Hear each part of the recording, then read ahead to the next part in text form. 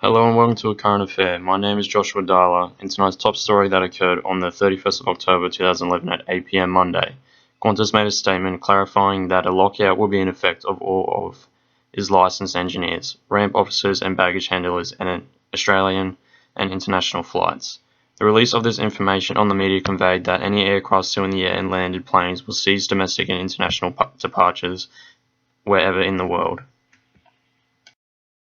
Qantas stated the lockout would continue until the Australian Licensed Aircraft Engineers Association, the Australian and International Pilots Union, and the Transport Workers Union will stop demanding their extreme propositions as they aren't agreeable and totally outrageous.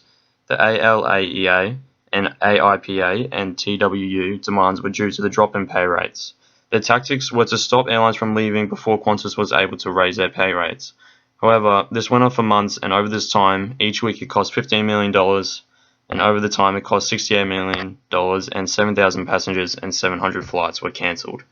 A quote said by Rigas Dogner states, because the unit price of labouring differs significantly between airlines, even neighbouring airlines on the same continent, labour cost is a major factor in differentiating costs between competing airlines.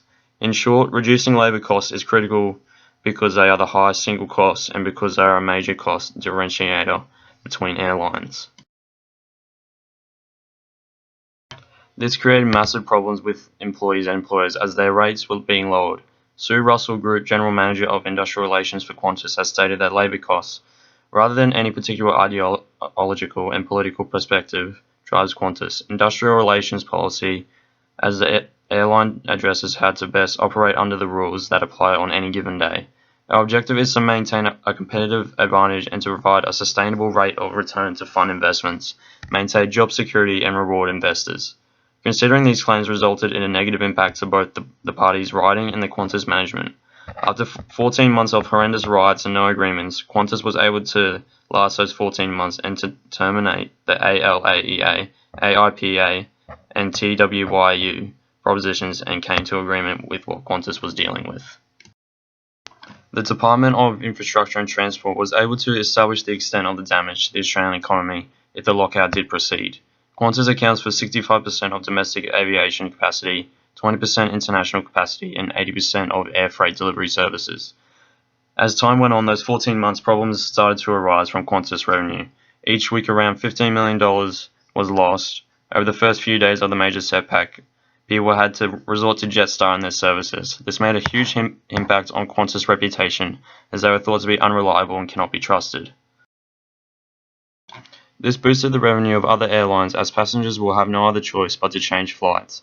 Another problem arises. Qantas alone contributes to around $24 billion per annum. Any reduction in the economy creates a massive impact on all sectors of the economy.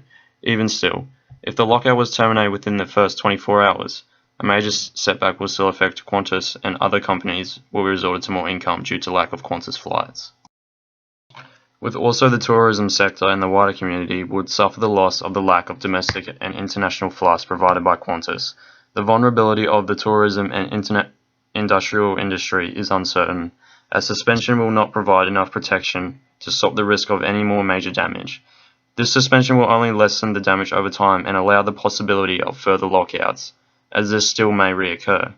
Not only the flights are affected, the air freight delivery services had major setbacks, as Qantas supplies around 80% of Australia's air delivery services. As many of the Qantas delivery services had to resort to other companies, as employees became frustrated and overwhelmed with all the dispute and controversy, 1,000 employees and employers started to quit their jobs. This created a major setback, as after the lockout was over, Qantas was still low on staff, which resulted to less airplanes leaving an avenue. Qantas used a high-risk yet very profitable strategy to lock out their employees and employers. It was clear that Qantas was suffering from the consequences of the union's slow bake theory.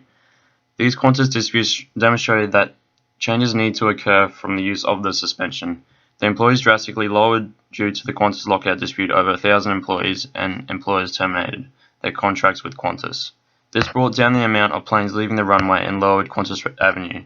Also, with the decline of employees, their reputation was almost non-existent, as passengers had to shift their flights over to other air services, such as Jetstar, which boosted their revenue and potential of their reputation. Enterprise bargaining will secure both employees and employers' terms and conditions of employment, which will protect them from any negative effects. Qantas now have to abide by an enterprise agreements provided by the Acts, which only allows employees and employers' wages to increase their conditions. At a point of time of Julia Gillard's act as Prime Minister, created a review panel which acted as an operation for the Fair Works Act. After the Qantas dispute, it replaced Australia's national agenda back to normal. Neither side are innocent here. Qantas will run their business the way they want, and no doubt the unions will try to control as much of Qantas as they can before they are caught doing so. My name is Joshua Dahler, and this was news brought to you by Current Affair. Have a good night.